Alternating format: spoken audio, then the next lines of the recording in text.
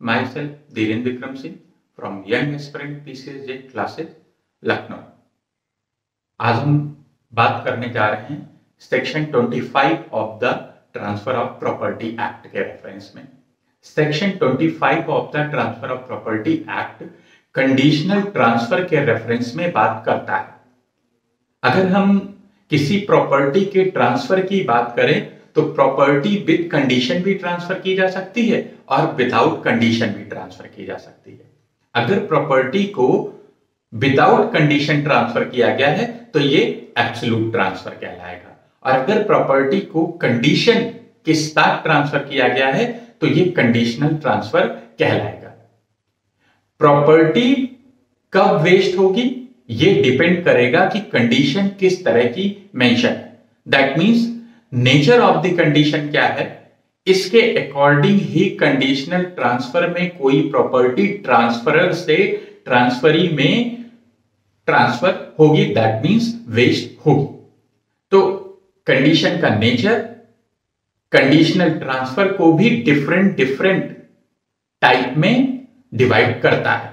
In different types में अगर बात करें तो सबसे पहले हम बात करेंगे कंडीशन प्रेसिडेंट की।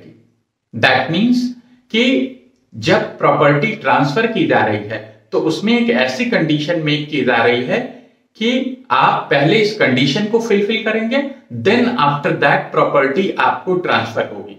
तो पहले कंडीशन फुलफिल करना है, इसलिए कंडीशन प्रेसिडेंट कहलाएंगे। यहां पर जब कंडीशन फुलफिल की जाएगी तब प्रॉपर्टी ट्रांसफर होगी।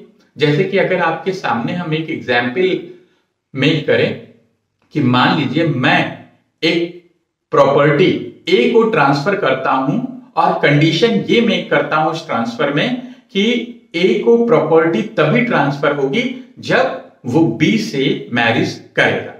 अब यहां पर ए अगर बी से शादी कर लेता है तो प्रॉपर्टी जो मैंने ए को ट्रांसफर की है वो ट्रांसफर हो जाएगी, लेकिन अगर वो बी से शादी नहीं करता है तो प्रॉपर्टी ट्रांसफर नहीं होगी।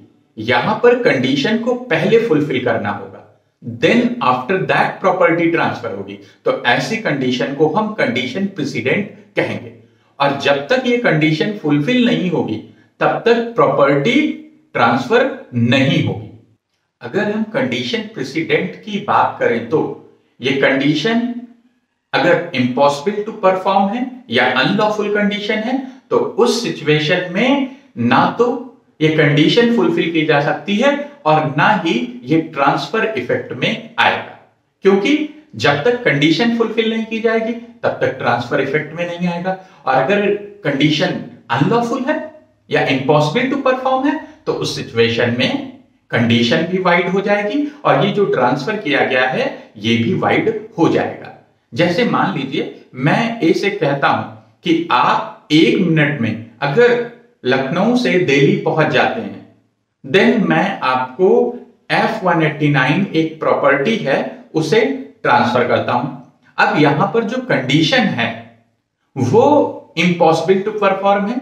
ए 1 मिनट में यहां से Lucknow say that means Delhi नहीं जा सकता है, तो ऐसी सिचुएशन में ये कंडीशन भी परफॉर्म नहीं की जा सकती, इम्पॉसिबल टू परफॉर्म है, और इस कंडीशन पर बेस्ड जो ट्रांसफर है वो भी वाइड हो जाएगा। दैट मींस कि अगर condition precedent impossible to perform है या अनलॉफुल है तो वहां पर ट्रांसफर भी वाइड हो जाएगा और कंडीशन भी वाइड हो जाएगी।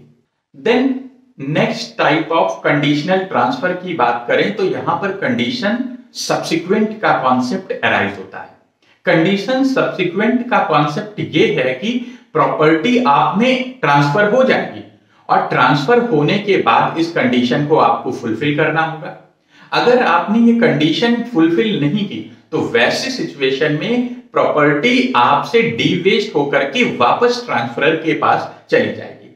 यहां पर मान लीजिए मैंने एक प्रॉपर्टी ए को ट्रांसफर की और कंडीशन ये लगा दी कि अगर आप आज से 3 साल के भीतर इंग्लैंड नहीं जाते हैं तो आपकी ये प्रॉपर्टी में जो इंटरेस्ट है वो सीज हो जाएगा और प्रॉपर्टी मेरे पास वापस चली आएगी।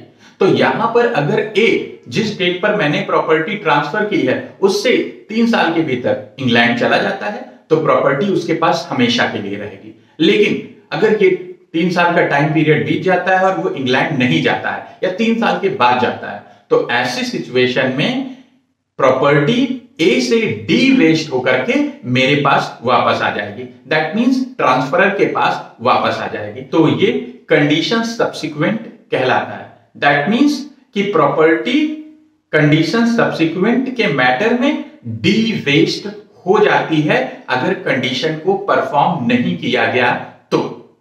देन आफ्टर दैट अगर हम लास्ट टाइप ऑफ कंडीशन की बात करें तो कोलेटरल कंडीशन हो सकती है। जैसे कि मैंने एक एकड़ लैंड ए को लीज पर दिया और कहा कि ये प्रॉपर्टी आपके पास तब तक रहेगी एज एन लीज जब तक आप इस पर रहते हैं, जब तक आप इस पर पोजीशन अपना रखते हैं। ए जब तक पोजीशन रखेगा तब तक प्रॉपर्टी उसके पास बनी रहेगी और वो एज एन लीज होल्डर उस पर काबिज रहेगा, उसका पोजीशन बना रहेगा। लेकिन जैसे ही ए उससे हट जाता है या ए किसी और को उस पर आने देता है, मान लीजिए बी को उस पर आने देता है, देन कंडीशन कोलेटरल पूरी नहीं हो रही है। ऐसी सिचुएशन में वो प्रॉपर्टी डी वेस्ट होकर के मेरे पास वापस चली आएगी। तो यहां पर आपने सेक्शन 25 के रेफरेंस में कंडीशन प्रेसिडेंट का कॉन्सेप्ट देखा, सब्सिक्वेंट कंडीशन का कॉन्सेप्ट देखा एंड कोलेटरल कंडीशन का कॉन्सेप्ट भी देखा। और इन्हीं कंडीशंस के बेसिस पर हमने आपको कंडीशनल ट्रांसफर के रेफरेंस में बताया। आप हमारे चैनल को सब्सक्राइब करिए और जो वीडियोस अपलोड किए गए हैं हमारे चैनल पर उनको वॉच करिए। Thank you.